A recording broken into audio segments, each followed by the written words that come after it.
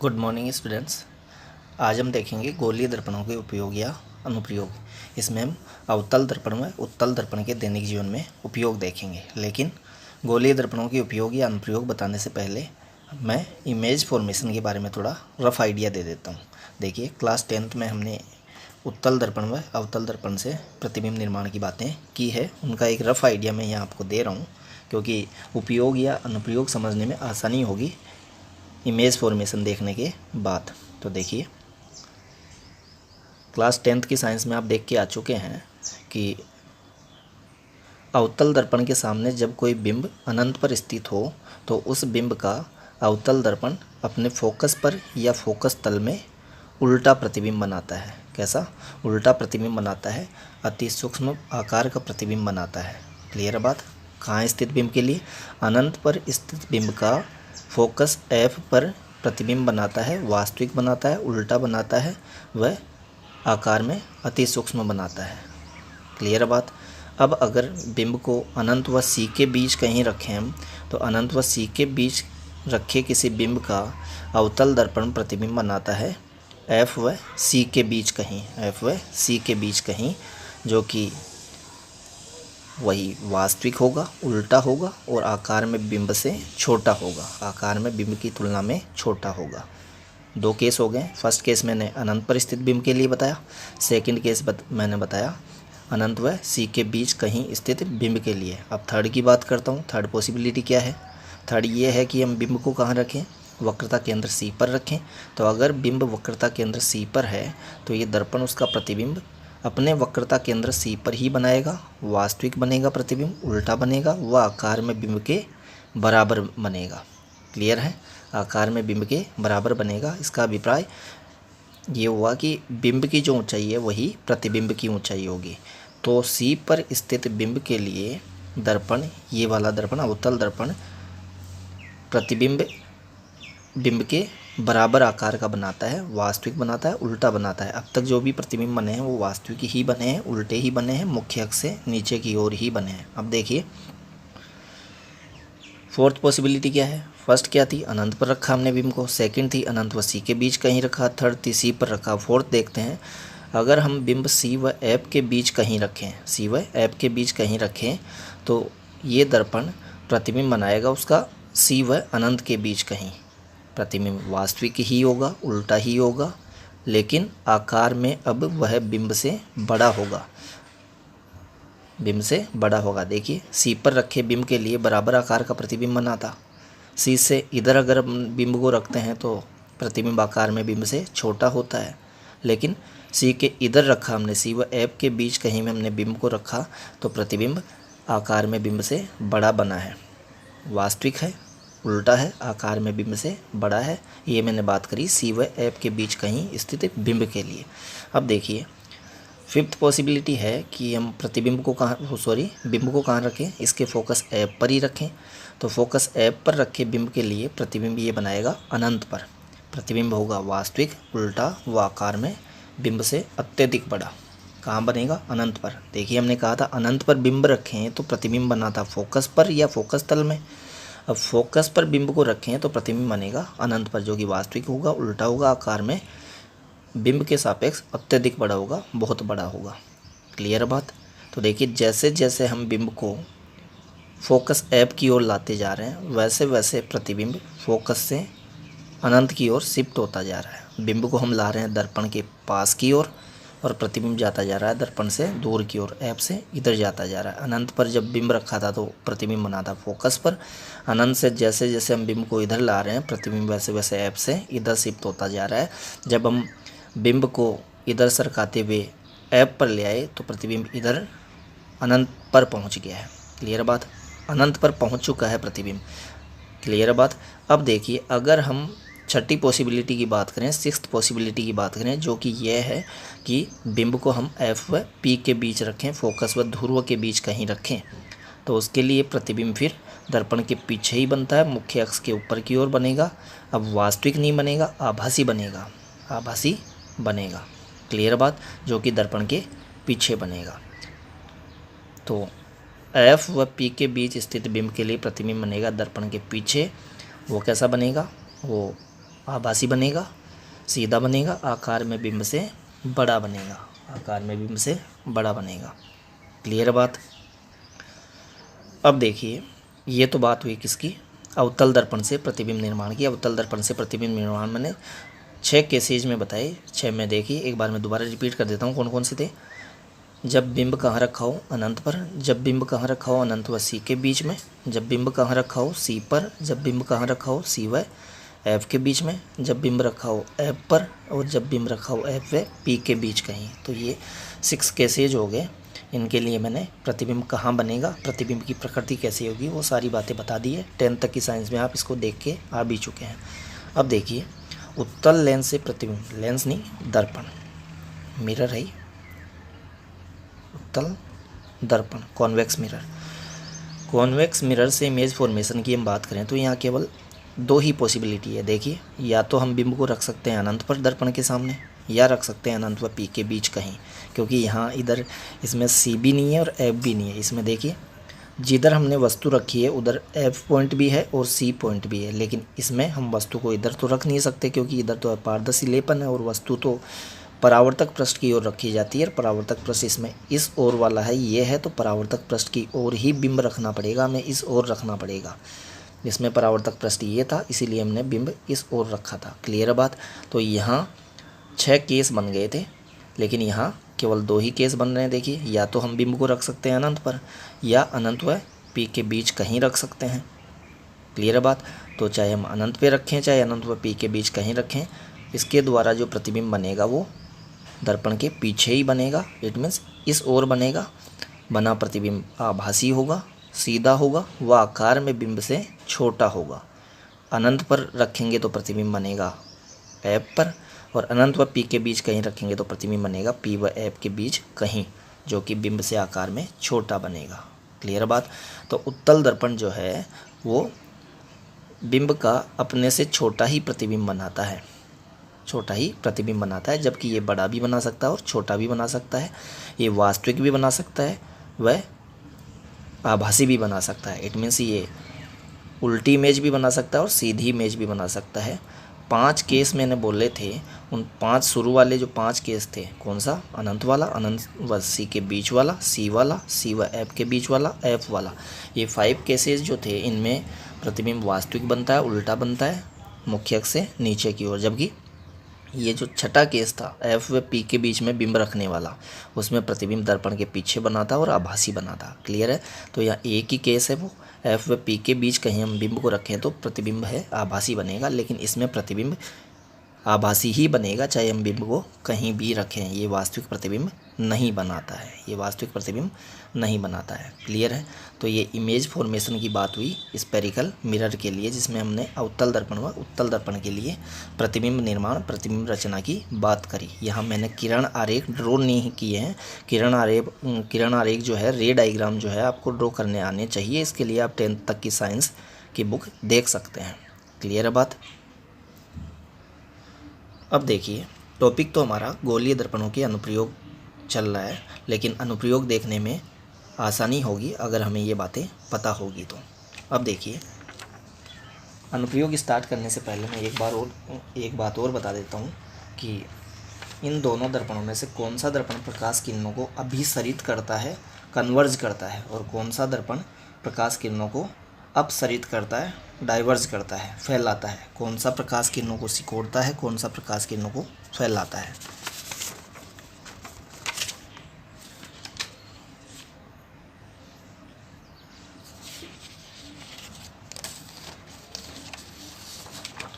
देखिए,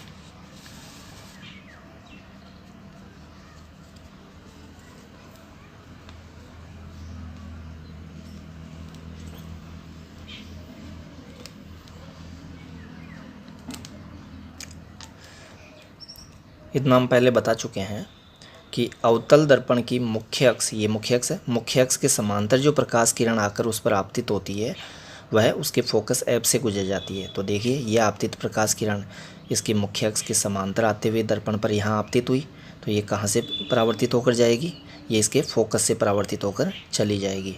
ये प्रकाश किरण जो है, ये भी इसकी मुख्य अक्ष के समांतर है। मुख्य अक्ष ये है, ये प्रकाश किरण, ये आपतित प्रकाश किरण भी मुख्य अक्ष के समांतर आते हुए दर्पण पर यहाँ आकर आपतित हो रही है। तो मुख्य अक्ष के समांतर आकर आपतित हुई है, इसलिए ये भी कहाँ से पास होगी, इसके फोकस से परावर्तित होकर जाएगी। तो देखिए ये आपतित किरण भी फोकस से परावर्तित होकर गई, ये आपतित किरण भी फोकस से गुजर गई। अब देखिए ये आपतित किरण जो है वो शीश से गुजरते हुए दर्पण पर आकर आपतित हो रही है, और शीश से गुजरते हुए दर्पण पर आपतित हो रही है तो आपतन बिंदु ये हो गया। आपतन बिंदु पर अगर हम अभिलंब खींचें तो इसको हमें वक्रता केंद्र सी से मिलाना होगा, क्योंकि ये गोले का एक भाग है, गोले का भाग है, इट मीन्स ये गोला समझिए। तो गोले के पृष्ठ के किसी बिंदु को अगर हम गोले के केंद्र से मिला दें तो वो त्रिज्या बनती है, और त्रिज्या गोले के लिए अभिलंबत होती है। गोले के पृष्ठ के किसी बिंदु पर त्रिज्या अभिलंबत होती है, तो आपतन बिंदु P पर अभिलंब हो गया ये PC। इट मीन्स यहाँ मुख्य अक्षीय अभिलंब का काम कर रही है आपतन बिंदु P पर। तो इतना हम जानते हैं कि दर्पण पर जब अभिलंबत आपतित होती है प्रकाश किरण तो वो वापस उसी मार्ग पर लौट जाती है। क्लियर बात। और वैसे भी जानते हैं कि शीश से गुजर कर आकर दर्पण पर जो आपतित होती है वापस शीश से ही गुजर जाती है। ये मैंने परावर्तन के नियम से इसको समझाया है आपको कि अभिलंबत आपतित प्रकाश किरण वापस उसी मार्ग पर परावर्तित हो जाती है। तो ये आपतित और इसके लिए परावर्तित ये इसी मार्ग पर परावर्तित हो गई है। क्लियर है। तो ये मैंने 3 प्रकाश किरणें लिए, तीनों प्रकाश किरणें एक दूसरे के समांतर है और मुख्य अक्ष के समांतर है। तो मुख्य अक्ष के समांतर व एक दूसरे के समांतर आकर ये दर्पण पर आपतित हुई है। तो दर्पण ने इनको क्या किया है, इस अवतल दर्पण ने इनको देखिए इस बिंदु पर फोकसित कर दिया है, इस बिंदु पर केंद्रित किया है, अभिसरित किया है, कन्वर्ज किया है। क्लियर बात। कन्वर्ज कर दिया है, सबको एक ही बिंदु से गुजार दिया है। तो ये कन्वर्जिंग मिरर हो गया। कौन सा मिरर, कॉनकेव मिरर जो है वो कन्वर्जिंग मिरर होता है। इट मीन्स ये अपने पर आपतित होने वाले समांतर प्रकाश पुंज को अभिसरित करता है, किसी एक बिंदु पर फोकसित कर देता है। अब हम बात करें कॉन्वेक्स मिरर की, तो कॉन्वेक्स मिरर में ये 3 प्रकाश किरणें मैंने ली है, इसकी मुख्य अक्ष के समांतर है वह आपस में भी समांतर है। तो देखिए हमने बताया था कि उत्तल दर्पण की मुख्य अक्ष के समांतर आकर उस पर आपतित होने वाली प्रकाश किरण इस तरीके से परावर्तित होकर जाएगी कि वो उसके फोकस से निकलकर आती हुई लगेगी। इधर कोई दृष्टा खड़ा है तो उसको ये प्रकाश किरण यहाँ ऐप से निकलकर आती हुई लगेगी। क्लियर बात।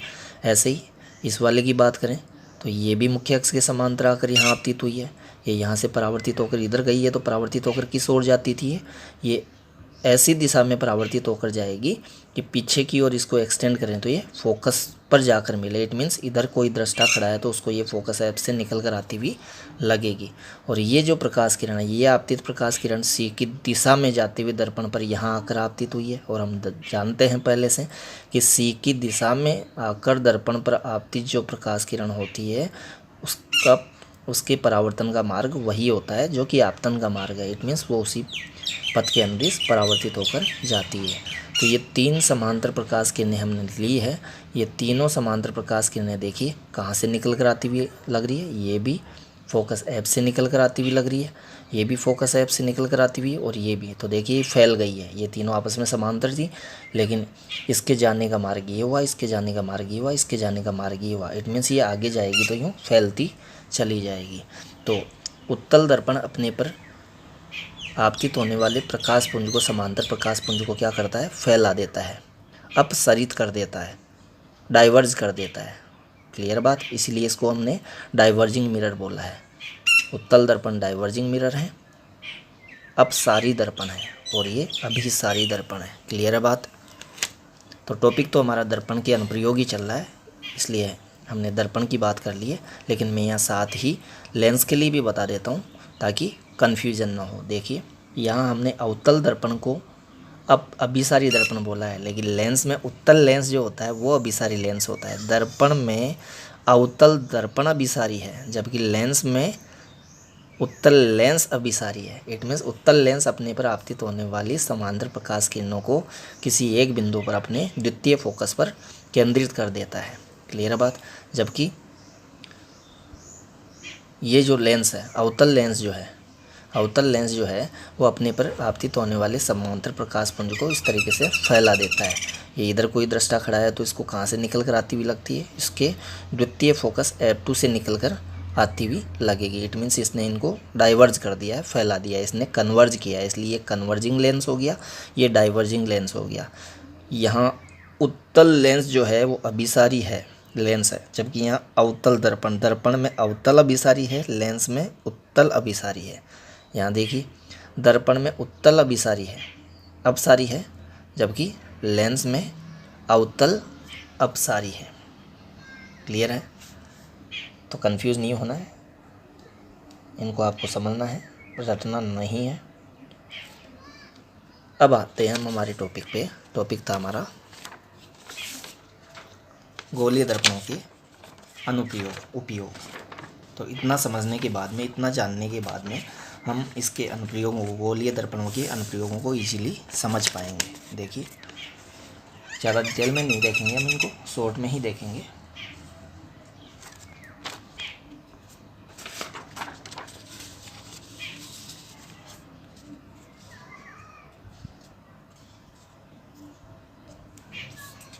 देखिए गोलीय दर्पणों के उपयोग ओब्लिक अनुप्रयोग, टॉपिक हमारा यही था, लेकिन इस तक पहुंचने के लिए मैंने आपको काफ़ी सारी बातें बताई है, वो आपके माइंड में होनी चाहिए।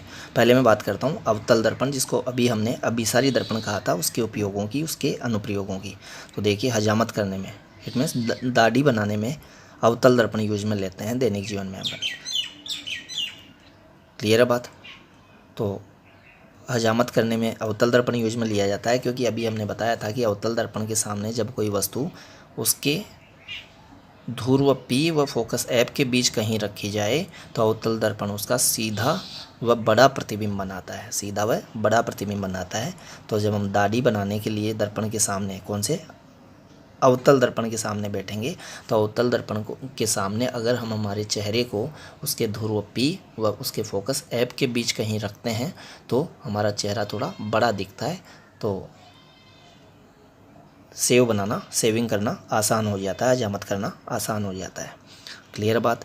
तो हजामत बनाने में भी अवतल दर्पण यूज में लेंगे।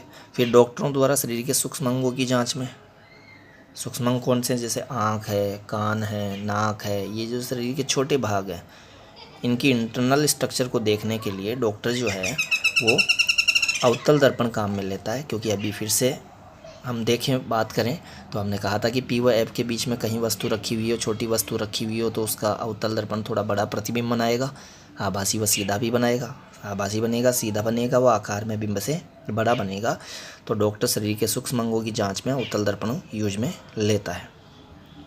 फिर सौर तापन युक्तियों में, सौर तापन युक्तियाँ हम उनको बोल रहे हैं जो सूरज से आने वाली प्रकाश किरणों को किसी एक बिंदु पर फोकसित कर देती है, अभिसरित कर देती है, केंद्रित कर देती है और उच्च ताप उत्पन्न करती है। क्लियर बात? जैसे सौर कुकर है। देखिए इसका कॉन्सेप्ट क्या है, मैं आपको दिखा देता हूँ।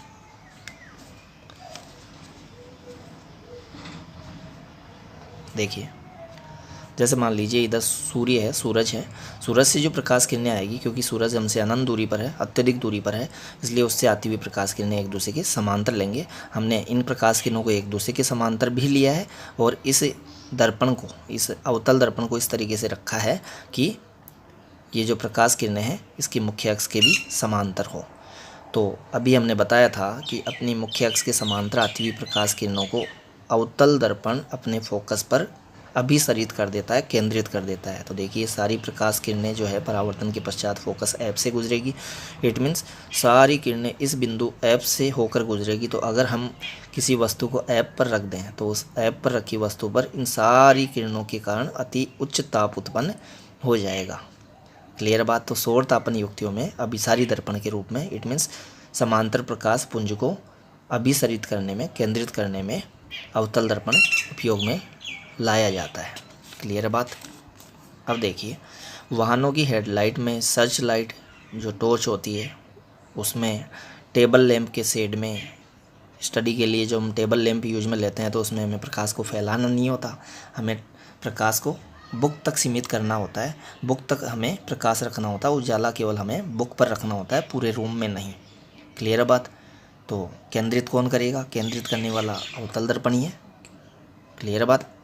तो ये बुक पर केंद्रित कर देता है प्रकाश किरण को, प्रकाश किरणों को बुक तक सीमित कर देता है, या बुक से थोड़ा बाहर टेबल के आसपास ही सीमित कर देता है, पूरे रूम में नहीं फैलने देता है। ऐसे ही वाहनों की हेडलाइट की हम बात करें या टॉर्च की बात करें, तो टॉर्च या वाहनों की हेडलाइट में देखिए, वाहनों की हेडलाइट में इस तरीके से एक अवतल दर्पण लगा होता है, यहाँ उसमें ये बल्ब है, वो जो उसका बल्ब है हेडलाइट का या टॉर्च का जो बल्ब है वो उस अवतल दर्पण के फोकस पर लगा होता है, फोकस बिंदु पर लगा हुआ होता है। तो स्रोत फोकस पर हो गया, तो स्रोत से जो प्रकाश किरणें निकलकर इस दर्पण पर आकर आपतित होगी, तो इतना हम जानते हैं कि फोकस से जो प्रकाश किरणें निकलकर दर्पण पर जाकर आपतित होती है, दर्पण उनको अपनी मुख्य अक्ष के समांतर परावर्तित कर देता है। तो देखिए यहाँ बल्ब है, बल्ब हो गया प्रकाश स्रोत जो कि इसके फोकस पर रखा हुआ है। फोकस पर रखे प्रकाश स्रोत से प्रकाश किरणें निकलकर जब दर्पण पर जाकर आपतित होगी तो ये दर्पण उनको अपनी मुख्य अक्ष के समांतर परावर्तित कर देगा। तो ये पैरेलल लाइट की बीम की फॉर्म में काफ़ी दूर तक रोड पर चली जाएगी। क्लियर है। तो वाहनों की हेडलाइट में ये जो दर्पण प्रयुक्त किया जाता है ये दर्पण अवतल दर्पण ही होता है, और इस अवतल दर्पण के फोकस पर बल्ब लगा हुआ होता है, स्रोत लगा हुआ होता है, और स्रोत से जो प्रकाश किरणें निकलती है वो समांतर प्रकाश पुंज के रूप में रोड पर काफ़ी दूर तक चली जाती है और काफ़ी दूर तक के पार्ट को हमें दिखा देती है, रोड के काफ़ी दूर तक के भाग को हमें दिख जाता है हमें। क्लियर बात। ऐसे ही टॉर्च में है, जो कॉन्सेप्ट इसका है वही टॉर्च का है। टॉर्च भी हम दूर की वस्तुओं को देखने के लिए यूज में लेते हैं, तो टॉर्च में भी ऐसा ही होता है। अवतल दर्पण के फोकस पर स्रोत लगा होता है, बल्ब लगा होता है, उस बल्ब से जो प्रकाश किरणें निकलकर दर्पण पर आपतित होगी उनको वो दर्पण अपनी मुख्य अक्ष के समांतर प्रकाश पुंज के रूप में दूर तक भेज देगा, तो हमें दूर तक की वस्तुएं दिख जाएगी टॉर्च की सहायता से। क्लियर बात। तो ये मैंने बताया वाहनों की हेडलाइट में, टॉर्च में और टेबल लैंप के शेड में। टेबल लैंप में देखिए प्रकाश को हमें, मैंने अभी बताया कि टेबल तक ही सीमित रखना है, पूरे रूम में नहीं फैलाना होता है। तो बुक के आसपास या टेबल तक ही उसको अभिसरित कर देता है कौन, अवतल दर्पण। तो उसमें भी अवतल दर्पण ही होता है। फिर देखिए उत्तल दर्पण के उपयोगों की हम बात करते हैं। उत्तल दर्पण के उपयोगों में पहले हमने बताया रोड लाइट के शेड में परावर्तक के रूप में। देखिए रोड लाइट जो होती है उसका काम है रोड के एक बड़े भाग को प्रकाशित करना, रोड के एक बड़े भाग को प्रकाशित करना। ऐसा तभी होगा जब हम एक ऐसा दर्पण काम में लेवे, वहाँ बल्ब के पास में, रोड लाइट के पास में एक ऐसा बल्ब लगाएं जो उस लाइट से निकलने वाला जो प्रकाश है उसको फैला दे, रोड के एक बड़े भाग पर फैला दे। तो फैलाने का काम कौन करता था, फैलाने का काम उत्तल दर्पण ही करता है। तो रोड के एक बड़े भाग पर रोड लाइट के प्रकाश को फैलाने के लिए उसके शेड में किसको यूज में लिया जाता है, अवतल दर्पण को प्रयुक्त किया जाता है। सॉरी, अवतल दर्पण नहीं, उत्तल दर्पण को प्रयुक्त किया जाता है। ऐसे ही हमारे जो वाहन होते हैं, जैसे मान लीजिए कोई 4 व्हीलर है, 4 व्हीलर में जो पश्चात दर्पण होता है, रियर व्यू मिरर जो होता है, जिसकी सहायता से हम पीछे की ओर की वस्तुओं को देखते हैं, पीछे आने वाले वाहनों को देखते हैं। ड्राइवर अपने वाहन में बैठे बैठे ही उस दर्पण में उस वाहन के पीछे रोड पर आने वाले वाहनों को देख लेता है, रियर व्यू मिरर। तो वो जो मिरर होता है वो भी कौन सा मिरर होता है, वो उत्तल दर्पण ही होता है। उत्तल दर्पण क्यों होता है, देखिए समझिए डायग्राम से।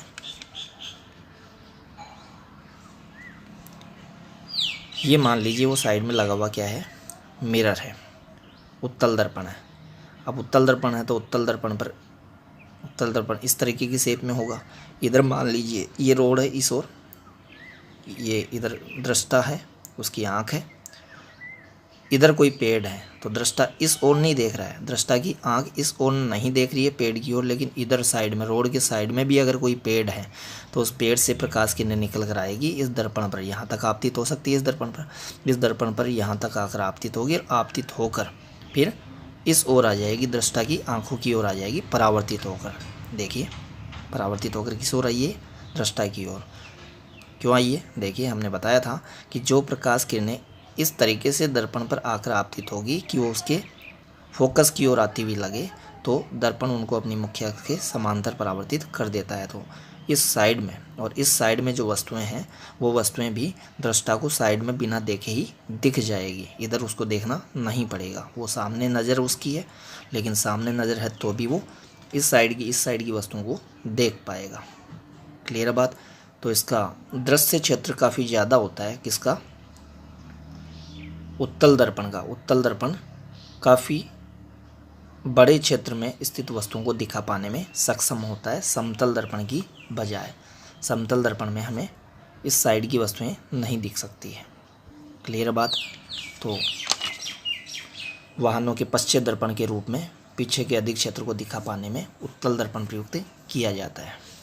तो मैंने यहाँ डिटेल में आपको ये बता दिया है, आपको केवल इनके नाम पता होने चाहिए। इतना डिटेल में अपने कोर्स में नहीं है, केवल आपको उपयोग याद रखने, अनुप्रयोग याद रखने हैं। छोटे मोटे क्वेश्चन में ये पूछ लिया जाता है। Thank you.